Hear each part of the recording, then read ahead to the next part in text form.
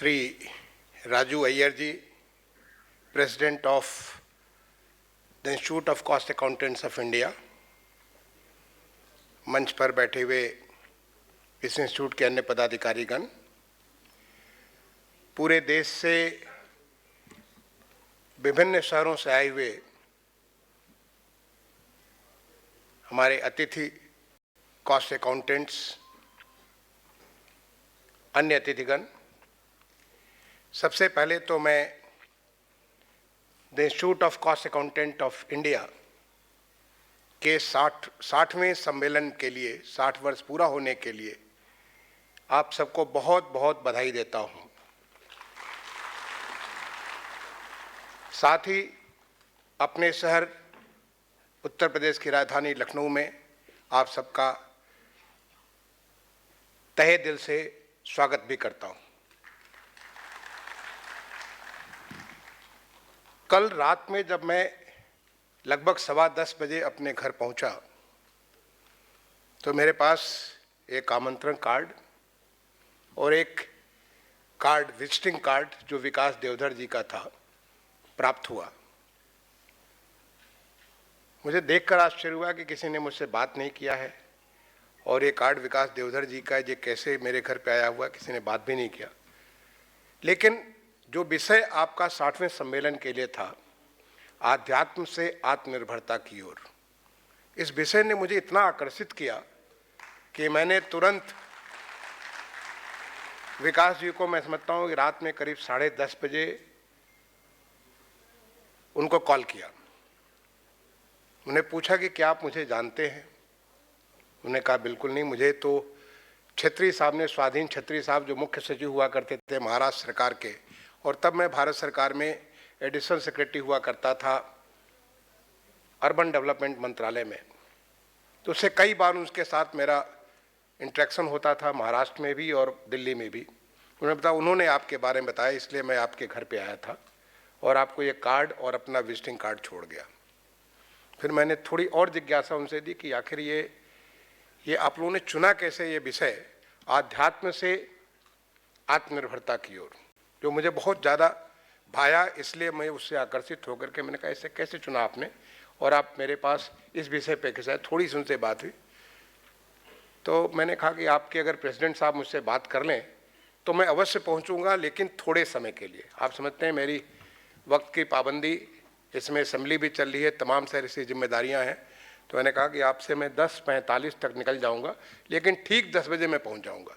ये मेरा कमिटमेंट है, क्योंकि मैं ज़रूर, हमारे राज्य की राजधानी में पूरे देश भर के कॉस्ट अकाउंटेंट, इतने महत्वपूर्ण लोग आए हुए हैं जो कि हमारे देश की अर्थव्यवस्था में बहुत बड़ा योगदान देते हैं। इन सारे लोगों को स्वागत करने के लिए और इस विषय पर अपना अभिमत देने के लिए मैं जरूर पहुंचूंगा, और उसी के तहत मैं ठीक 10 बजे पहुंच गया। तो इसलिए मैं सबसे पहले तो विकास जी को इस बात के लिए धन्यवाद दूंगा कि उन्होंने मैं यहाँ पे आमंत्रित किया। राजू जी भी, मुझे ख्याल है कि करीब रात में 11:15 बजे इनका कॉल मेरे पास आ गया, 10:45 पे। उन्होंने कहा, फिर उनसे भी मैंने इसी बात को दोहराया कि मैं, समय मेरे पास संक्षिप्त होगा, लेकिन मैं पहुंचूंगा जरूर, क्योंकि विषय बहुत अच्छा है और लोग बहुत महत्वपूर्ण हैं और हमारा प्रदेश बहुत तेजी से बढ़ रहा है। आपने भी सुना हमारे माननीय मुख्यमंत्री जी को पिछले 5 साल की मेहनत के बाद पूरे प्रदेश का एक ऐसा माहौल उन्होंने तब्दील कर दिया, ऐसा माहौल बना दिया कि आज उत्तर प्रदेश एक अपॉर्चुनिटीज का, एक अवसर का प्रदेश बन करके उभर करके आया है। यहाँ पर अभी अगले 3 जून को एक ग्राउंड ब्रेकिंग सेरेमनी होने जा रही है इन्वेस्टमेंट्स की, जिसमें लगभग 80,000 करोड़ से ज़्यादा के प्रोजेक्ट्स या तो वो चालू हो चुके हैं, या चालू होने वाले हैं, या चालू हो रहे हैं। और आपको बता दूं कि इसके पहले अगस्त 2018 में पहली ग्राउंड ब्रेकिंग सेरेमनी हुई माननीय मुख्यमंत्री जी के आने के बाद, जब लगभग 62,000 करोड़ के प्रोजेक्ट इस प्रकार के आए थे। अगला जो है 2019 में हुआ, जिसमें लगभग 67,000 करोड़ के आए थे, और इस बार हम लगभग 80,000 करोड़ के प्रोजेक्ट्स उत्तर प्रदेश में आ रहे हैं। उत्तर प्रदेश में जिस प्रकार से तमाम सारे इंडस्ट्रियलिस्ट इन्वेस्टर्स न केवल देश के बल्कि विदेश के इतना उनका रुचि हो रहा है, मेरे पास काफ़ी सारे इंटरेस्ट आते हैं, काफ़ी सारे लोगों से चर्चा होती है। और उत्तर प्रदेश जो कि यहाँ पे एक बीमारू प्रदेश के रूप में था, आपने सुना माननीय मुख्यमंत्री जी को देश की दूसरी बड़ी अर्थव्यवस्था के तरफ हमारा प्रदेश बढ़ चुका है। ये हमारा लगभग हर चीज़ में, चाहे ईज ऑफ डूइंग बिजनेस हो, चाहे इंडस्ट्रियल स्टेट्स के बारे में, आज यहाँ पे डिफेंस से लेकर के पूरा डिफेंस कॉरिडोर बना, डिफेंस है, टेक्सटाइल है, आईटी है, इलेक्ट्रॉनिक्स है, बहुत सारे सेक्टर्स में, तमाम सारे सेक्टर्स में आज बड़े बड़े इन्वेस्टमेंट उत्तर प्रदेश में आ रहे हैं। आज उत्तर प्रदेश में सबसे बड़ा एक्सप्रेस वेज का एक नेटवर्क तैयार हो रहा है। ऑलरेडी यहाँ पर दिल्ली से लेकर आगरा, आगरा से लेकर लखनऊ, लखनऊ से पूर्वांचल, और अभी बहुत जल्दी हमारा जो है बुंदेलखंड, और उसके बाद गंगा एक्सप्रेस वे, इनके तमाम सारे एक्सप्रेस, इतने सारे इन्वेस्टमेंट हो रहे हैं। आज पूरे देश में सबसे बड़ा हवाई अड्डे का नेटवर्क, 5 हमारे अंतर्राष्ट्रीय एयरपोर्ट्स यहाँ प्रदेश में चालू हो चुके हैं या चालू होने वाले हैं, और तमाम सारे एयरपोर्ट्स जो रीजनल कनेक्टिविटी के तहत हमारे चालू हो गए हैं और बहुत सारे चालू होने जा रहे हैं। मैं समझता हूँ देश का सबसे बड़ा एयर कनेक्टिविटी का राज्य होगा हमारा उत्तर प्रदेश। आज हमारे प्रदेश में सबसे ज़्यादा मेट्रो का नेटवर्क, 5 शहरों में हमारे मेट्रो नेटवर्क पूरे देश में। मैं अभी यहाँ 30 दिसंबर को उत्तर प्रदेश में मुख्य सचिव का पदभार संभाला, उसके पहले मैं लगभग 4 साल 7 महीने भारत सरकार का आवासन एवं शहरी कार्य मंत्रालय, हाउसिंग एंड अर्बन अफेयर्स, उस मंत्रालय का मैं सचिव था भारत सरकार में, पूरे देश का काम देखता था। उत्तर प्रदेश ने मेट्रो के फील्ड में सबसे बड़ा काम किया है, मैं समझता हूँ, और जिस तेजी से यहाँ पे विकास हो रहा है वो अभूतपूर्व है। अपने देश की पहली RRTS, regional rapid transport system, जो कि दिल्ली से लेकर मेरठ की दूरी को मात्र 55 मिनट में पूरा करेगी, 16 स्टेशनों पर ठहरते हुए। ऐसी व्यवस्था दुनिया में तमाम सारे देशों में हमने देखा है, लेकिन हमारे माननीय प्रधानमंत्री जी ने हमारे देश में दुनिया की बेस्ट सुविधाओं को लाने की कोशिश की, और उत्तर प्रदेश उसको करने जा रहा है। मैं समझता हूं कि इस साल के दिसंबर में दिल्ली मेरठ RRTS का पहला 17 किलोमीटर का हमारा जो नेटवर्क है वो चालू हो जाएगा, उस पर लोग चलना चालू करेंगे, और पूरा का पूरा हमारा नेटवर्क लगभग 90 किलोमीटर का, जिस पे केवल 55 मिनट में 16 स्टेशनों पर ठहरते हुए आप सोच सकते हैं कि कितनी बड़ी विकास की नई संभावनाएं बनने वाली है। तमाम सारे लोग दिल्ली में रहने की जगह बाहर रहेंगे और वहां से 15 मिनट, 20 मिनट, 25 मिनट में दिल्ली शहर में पहुंच जाएंगे। जो हमारा फ्रीट कॉरिडोर है, फ्रीट कॉरिडोर को 2-3 कॉरिडोर को हमारे प्रदेश को उसको जा रहा है, वाटरवेज के बारे में, तो इतना बड़ा इंफ्रास्ट्रक्चर हमारे प्रदेश में बन रहा है। आपने सही चुनाव किया अपना 60वां सम्मेलन करने के लिए उत्तर प्रदेश में, कि यहाँ पे जब पूरे देश भर के लोग आएंगे, क्योंकि आपकी अर्थव्यवस्था में बहुत बड़ा योगदान है। और उसका विषय आपने चुना आत्मनिर्भर भारत। आत्मनिर्भर भारत शब्द हमारे माननीय प्रधानमंत्री जी, जिनके साथ मुझे काम करने के, मैंने बताया कि मैं 4.5 साल से ज्यादा भारत सरकार का सचिव आवासन एवं शहरी कार्य मंत्रालय रहा। माननीय प्रधानमंत्री जी की जो सोच है, जिस प्रकार से उन्होंने, जब पूरी दुनिया, सारे के सारे दुनिया के जितने बड़े बड़े, जितने सारे विकसित देश हैं, कोरोना महामारी से तबाह हो रहे थे, आपने तस्वीरें देखी होंगी, आपने वीडियोस देखी होंगी, किस प्रकार से उनकी अर्थव्यवस्था चकनाचूर हो रही थी, उनकी स्वास्थ्य व्यवस्था पूरी तरह से टूट फूट रही थी। ऐसे में माननीय प्रधानमंत्री जी ने देश को आह्वान किया आत्मनिर्भर भारत के तरफ, और उस आत्मनिर्भर भारत में न केवल भारत सरकार बल्कि भारत सरकार, राज्य सरकार, जो स्थानीय निकाय हैं, पूरा देश एक टीम इंडिया के तौर से इस प्रकार से जुड़ गया। आज ऐसे तमाम सारी चीजें हो रही हैं पूरे देश में, जो इस देश को आगे, जो हमारे माननीय प्रधानमंत्री जी ने पिछले 15 अगस्त 2021 को स्वतंत्रता दिवस के अवसर पर लाल किले के प्राचीर से पूरे देश को आह्वान किया कि जब हम अपने देश की आज़ादी की 100वीं वर्षगांठ मना रहे होंगे 2047 में, हमारा देश कैसा होगा। आप सोचिए, और उस देश को बनाने के लिए, उस समृद्ध भारत को बनाने के लिए आप अपना योगदान दीजिए। ये हमारी नई यात्रा, जिसको उन्होंने कहा ये हमारा अमृत काल है, ये हमारा अमृत काल है, आज़ादी का अमृत महोत्सव हम लोग मना रहे हैं। देश की आज़ादी के 75 साल पूरा होने पे, जो कि अभी 15 अगस्त 2022 को पूरा होगा। लेकिन इसके बाद का जो हमारा आगामी 25 साल है, वो 25 साल हमारा अमृत काल है। उस अमृत काल की यात्रा इस देश को एक समृद्ध, सशक्त, संपन्न, स्वस्थ भारत बनाने के लिए, जिसको नया भारत की संज्ञा दिया माननीय प्रधानमंत्री जी ने, एक आत्मनिर्भर भारत की संज्ञा दिया, उसके तरफ हम बढ़ रहे हैं।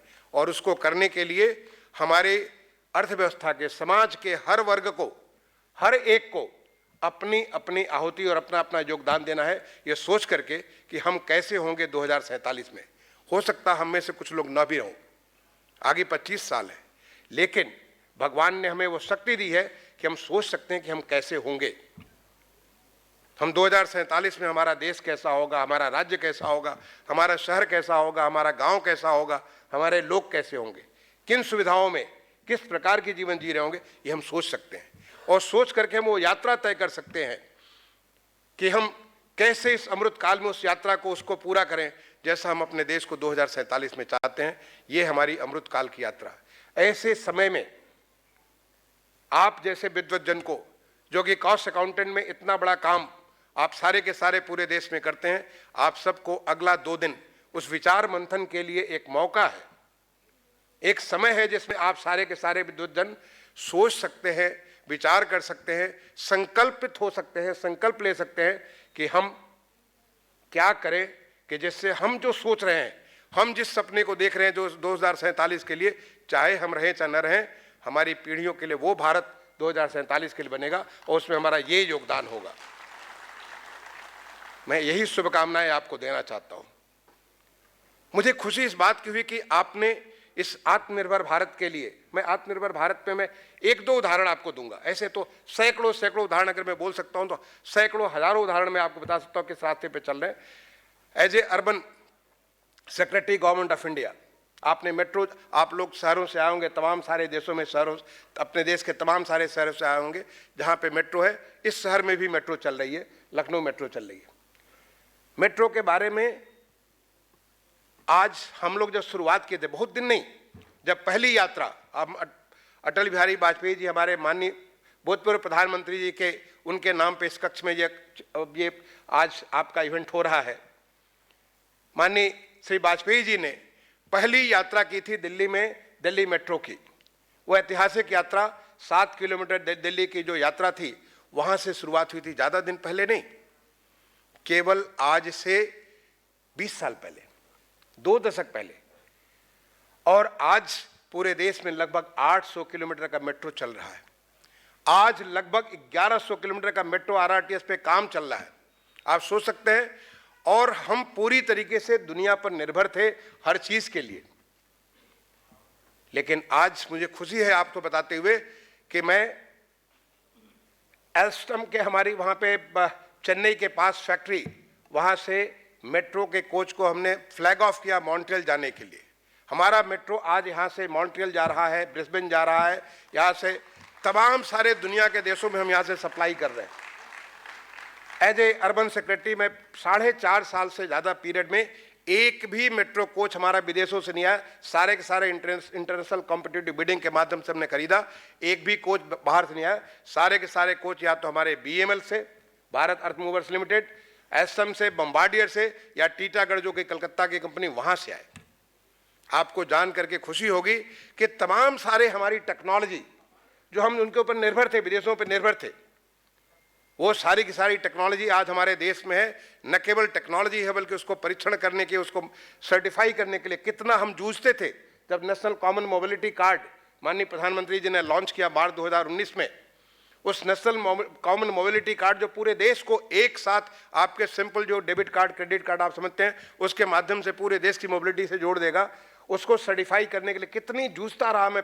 वहाँ से, फ्रांस से, पेरिस से जब हमारे एम्बेसडर जब जाके गए, तब जाके हमारा काम हो पाया। आज उसकी सुविधा हमारे देश में, बेंगलोर में ऑलरेडी ये सुविधा हो चुकी है। इस प्रकार से हमारी आत्मनिर्भरता इतनी तेजी से बढ़ी है, जो कि इस बात का आगाज है कि आने वाला 2047 का भारत कैसा होगा। हम आत्मनिर्भर इसलिए नहीं है कि हम केवल अपने लिए बनाएंगे, बल्कि हमने दुनिया को, हम तो वसुधैव कुटुंबकम, हमारी सनातन संस्कृति है वसुधैव कुटुंबकम, पूरे दुनिया को अपना परिवार मानते हैं, हम पूरे दुनिया को सप्लाई कर सकते हैं, तमाम सारी चीज़ें सप्लाई करते हैं, ये हम में क्षमता है। और ये है आने वाला तो आज़ादी के जो जब हम 100 साल मनाएंगे 2047 का, वो हमारा आत्मनिर्भर भारत है। बट इस आत्मनिर्भर भारत के लिए आपने जो रास्ता चुना है वो आध्यात्मिक रास्ता। आखिर अध्यात्म क्या है? मुझे इस बात की खुशी हुई, ये आपने क्या आध्यात्मिक यात्रा आत्मनिर्भरता की ओर। अध्यात्म है क्या?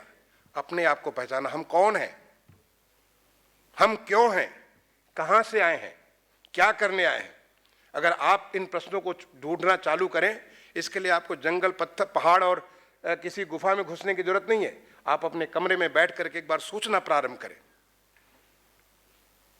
ये आध्यात्म है।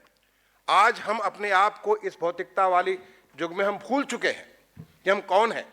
हमारा वास्तविक इस सनातन संस्कृति में हमारा, अब कोई भी किसी भी प्रकार के हमारे जो पहले गुरुकुल होते थे, पहले हमारी जो व्यवस्था, शिक्षा व्यवस्था होती थी, काम करने की व्यवस्था होती, मुझे इसमें बहुत डिटेल में जाने की जरूरत नहीं है। आप इतने पढ़े लिखे लोग हैं, बहुत योग्य लोग हैं, आप एक बार पढ़ करके देखिए, सोच करके देखिए हम कौन हैं, क्यों आए हैं, कैसे। आप अगर एक कॉस्ट अकाउंटेंट के तौर पे, अभी हमसे श्रीकांत साहब से मुलाकात हुई, he is right now CMD of power grid. Yogesh से बात हुई, इज एडिशनल DG पुलिस। कैसे वहां पहुंचे? क्या आपके बराबर और भी लोग थे? आप उन सारी की सारी चीजों में आज वहां पे पहुंच चुके, कैसे पहुंचे? ये सोचिए क्या जिम्मेदारी हमारी है। क्या हम अपने आप में अपने को खुद में हैं, या हम उस वयम के रूप में, अहम से वयम के तरफ, हम पूरे इस कायनात की तरफ हम अपनी किस जिम्मेदारी के साथ हम लोग आए हुए हैं? क्या हम कर सकते हैं? कैसे हम साबित कर सकते हैं कि हमें जिस परम पिता परमेश्वर ने यहाँ भेजा है, कुछ सोच करके भेजा है, उसकी उस सोच को हम कैसे तब्दील कर सकते हैं उन चीज़ों पे, जिससे इस पूरी की पूरी हम जहाँ पे हैं वहाँ पे अपनी एक छाप छोड़ सकेंगे। ये है आध्यात्म। आध्यात्म अपने आप को पहचानना है। आपको कोई साधु संत की संगत नहीं चाहिए। हमारे तो देश में, आप उत्तर प्रदेश में हैं, उत्तर प्रदेश में आप अयोध्या जा रहे हैं, भगवान राम की नगरी, वहाँ पे एक भव्य मंदिर, भगवान राम का भव्य मंदिर बनने वाला है। एक ऐसा शहर बनने जा रहा है जो शहर पूरे दुनिया को आकर्षित करेगा, भगवान राम की नगरी। आपको अगर मौका हो तो मैं कहूँगा भगवान काशी, आप काशी विश्वनाथ धाम को भी जाकर के एक बार देख के आइए कि किस प्रकार से काशी विश्वनाथ धाम में भगवान शिव की ऐसी भव्य स्थिति आज हो गई है, जिससे आप माँ गंगा का आशीर्वाद भी ले, और वहीं से सीधे आकर के आप भगवान शिव का, जो इसको कहते हैं विश्वेश्वर, विश्व को जो पूरे उसके ईश्वर है भगवान शंकर, उनका आप आशीर्वाद ले।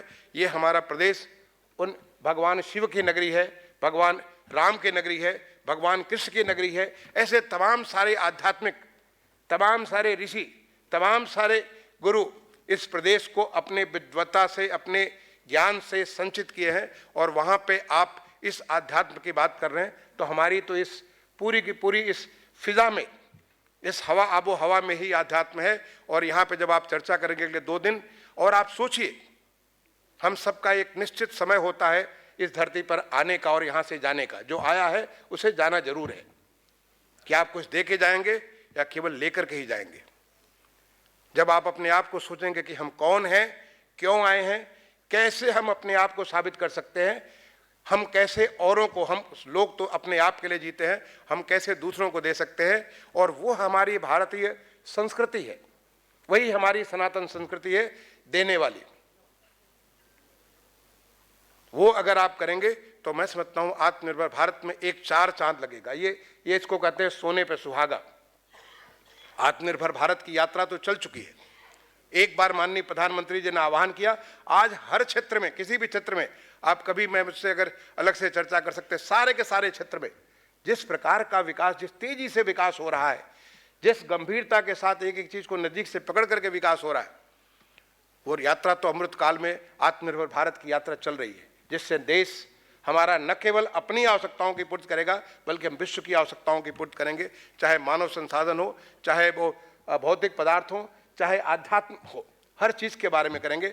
ये अगर हम सोचेंगे कि इस आध्यात्मिक यात्रा से अगर हम लेंगे, तो निश्चित तौर पे आध्यात्म से आत्मनिर्भरता की ओर आप करने में बहुत सफल साबित होंगे। मैं इन्हीं बातों के साथ आप सारे के सारे लोगों को अपने प्रदेश में, अपने प्रदेश की राजधानी में स्वागत भी करता हूं और आपसे कहूंगा, आप पूरी गंभीरता के साथ यहां पे चर्चा करें, विचार करें और वापस भी जाकर के विचार करें, उन लोगों में विचार करें कि जिस प्रकार से, क्योंकि आप बहुत बड़ी जिम्मेदारी, भारत सरकार की इतनी बड़ी जिम्मेदारी, institute of cost accountants of India, इतनी बड़ी जिम्मेदारी आपको मिली है कि आप क्या कर सकते हैं। लेकिन साथ ही साथ हमारा शहर बहुत सारी चीज़ों के लिए जाना जाता है, चाहे यहाँ का भोजन हो, यहाँ का संस्कृति हो, यहाँ की कहीं भी आप घूम करके देखेंगे, लखनऊ शहर, ये शहर एक बहुत खास शहर है। आपको यहाँ पे बहुत नई नई किस्म की अनुभूतियाँ होंगी। मैं कहूँगा जरूर जाकर के हमारे शहर को देखिए। हमारे शहर में और या हमारे प्रदेश में आज वन डिस्ट्रिक्ट वन प्रोडक्ट के माध्यम से पूरे प्रदेश की तमाम सारी जो हमारी शिल्प है, जो कला है, हमारी जो हमारा सदियों से बना हुआ ज्ञान है, उसको आज राष्ट्रीय और अंतर्राष्ट्रीय स्तर पर डालने के लिए हमारे माननीय मुख्यमंत्री जी ने वन डिस्ट्रिक्ट वन प्रोडक्ट के तौर पे तमाम सारे प्रोडक्ट आज हमारे राष्ट्र और पूरे विश्व में जा रहे हैं। उसको भी मैं कहूँगा कि जरूर आप यहाँ से लेकर के जाएं, जिससे आप याद करेंगे कि आप उत्तर प्रदेश से होकर के आए हैं। एक बार दोबारा मैं आप सबको पूरे हृदय से यहाँ पे अपने प्रदेश की राजधानी में स्वागत करता हूँ और अपनी तरफ से आप सबको बहुत बहुत शुभकामनाएं देता हूँ कि आगामी 2 दिन का जो आपका सेमिनार कॉन्फ्रेंस है, ये कॉन्फ्रेंस बहुत ही सफल हो। जय हिंद, जय भारत।